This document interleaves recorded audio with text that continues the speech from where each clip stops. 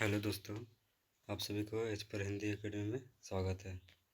आज हम लोग रांची यूनिवर्सिटी का जो एमए सेमेस्टर 1 का एग्ज़ाम हो रहा है हो चुका है, उसका पेपर 1 देखेंगे। क्योंकि हम यूट्यूब में देखे हैं कि एमए का उसका जो क्वेश्चन पेपर होता है कहीं अपलोड नहीं किया गया, तो यही कमी को दूर करते हुए हम जो एग्ज़ाम लिखे हैं एमए सेमेस्टर 1 का, उसका किस तरह का क्वेश्चन आया होगा, किस तरह का आंसर देना है वो देखेंगे, ताकि आप लोग अगर जो एमए सेमेस्टर 1 में आगे एग्ज़ाम लिखेंगे या लिखने वाले हैं, ताकि उन लोग को हेल्प हो जाए। तो आज हम लोग पढ़ेंगे पेपर 1, ये से हिंदी के लिए। हिंदी का PYQ है, सेशन है 2024 से 2026 का सेशन है। रांची यूनिवर्सिटी का है। कौन सा यूनिवर्सिटी है? रांची यूनिवर्सिटी का। लेकिन अधिकतर सब यूनिवर्सिटी का एक ही रहता है, सिलेबस तो सेम ही है, तो नाम है रांची यूनिवर्सिटी, लेकिन सबका सिलेबस सेम ही रहता है, तो सबके लिए ये यूजफुल रहेगा। तो आज हम लोग पढ़ेंगे पेपर 1, जिसका नाम है FC 101। कौन सा सेमेस्टर है? सेमेस्टर 1 हिंदी फर्स्ट में है। उसमें ग्रुप ए आता है। ग्रुप ए में 10 क्वेश्चन आता है, जिसमें से 5 ऑब्जेक्टिव रहता है और 5 का एक आंसर आता है। तो पहला क्वेश्चन था ऑब्जेक्टिव में कि अर्थ परिवर्तन की दिशा कौन कौन सी है। अर्थ परिवर्तन की 3 दिशा है। कौन कौन सा है? अर्थ विस्तार, अर्थ संकोच और अर्थ आदेश। ये हो गया। उसके बाद दूसरा क्वेश्चन है, MCQ ही है, 1 नंबर का। अर्थ संकोच का एक उदाहरण दे। अर्थ संकोच क्या होता है कि कोई भी शब्द है जिसका पहले उपयोग व्यापक रूप में होता था, लेकिन समय के साथ परिवर्तन होकर उस शब्द का अर्थ एक निश्चित हो गया। जैसे जलज। जलज का अर्थ पहले क्या होता था? जल में विचरण करने वाले प्राणी। जल में से जितना भी संबंधित था सब जलज में अंतर्गत आता था, लेकिन अब यह संकोच होकर जलज का अर्थ हो गया है कमल। ये है इसका उदाहरण। तीसरा है कि देवनागरी लिपि का उद्भव किस लिपि से हुआ है। हम लोग सभी जानते हैं कि देवनागरी लिपि का उद्भव ब्राह्मी लिपि से हुआ है। ये हो गया ब्राह्मी लिपि। इसके बाद चौथा ऑब्जेक्टिव है कि ध्वनि परिवर्तन के 2 कारण बताएं। ध्वनि परिवर्तन, किसके कारण ध्वनि परिवर्तन होता है? किसके कारण ध्वनि परिवर्तन होता है? सरलीकरण के कारण। अगर कोई आदमी शॉर्ट फॉर्म में कुछ ध्वनि निकालता है तो उसका परिवर्तन हो जाता है।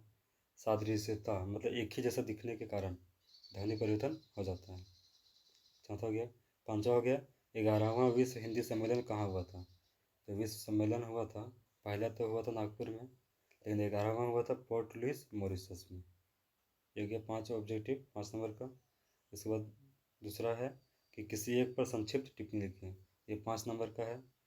किसी एक पर लिखना है। 3 दिया हुआ है क्वेश्चन, 3 में किसी एक को लिखना है।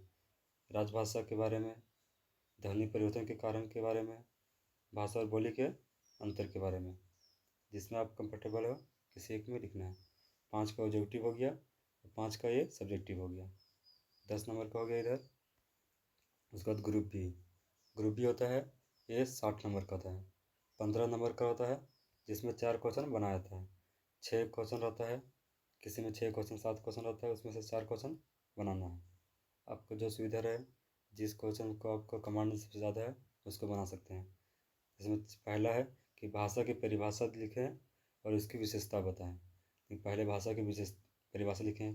कौन कौन से विद्वान, श्याम सुंदर दास, पतंजलि, कामता प्रसाद गुरु, कौन कौन से परिभाषा दिए हैं परिभाषा के बारे में। भाषा के बारे में जो परिभाषा लिखे हैं वो लिख दीजिएगा। उसके बाद जो विशेषता है वो लिख दीजिएगा। 60 नंबर का 15 नंबर का है, मतलब कम से कम तो 5 पेज इसको लिखना पड़ेगा। उसके बाद दूसरा है कि भाषा के पारिवारिक वर्गीकरण, किस प्रकार से वर्गीकरण किया गया है हमारी भाषा के, वो लिखना है। अर्थ परिवर्तन क्या है, क्या क्या अर्थ परिवर्तन किसे कहते हैं, किसके कारण अर्थ परिवर्तन होता है, उसका दिशा क्या है। अर्थ परिवर्तन की परिभाषा और इसका कौन कौन सा दिशा है उसको लिख दीजिएगा। चौथा है देवनागरी लिपि के गुण एवं दोष का उल्लेख करें।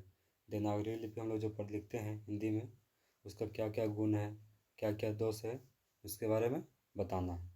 पांचवा है विश्व हिंदी सम्मेलन का आयोजन क्यों होता है, इसके उद्देश्य पर प्रकाश डालें। हम लोग जो विश्व हिंदी दिवस मनाते हैं, कब मनाते हैं? 10 जनवरी को। इसका सम्मेलन भी होता है, तो क्यों होता है हिंदी को बढ़ावा देने के लिए, यही उद्देश्य है। तो इसको पूरा डिटेल से लिखना है। फिर एक छठा है, हिंदी भाषा के उद्भव और विकास पर प्रकाश डालें। देखिए हिंदी भाषा किस प्रकार से उद्भव हुआ, विकास हुआ, इसके बारे में लिखना है। ये 6 क्वेश्चन था, 6 में से 4 का जवाब देना है।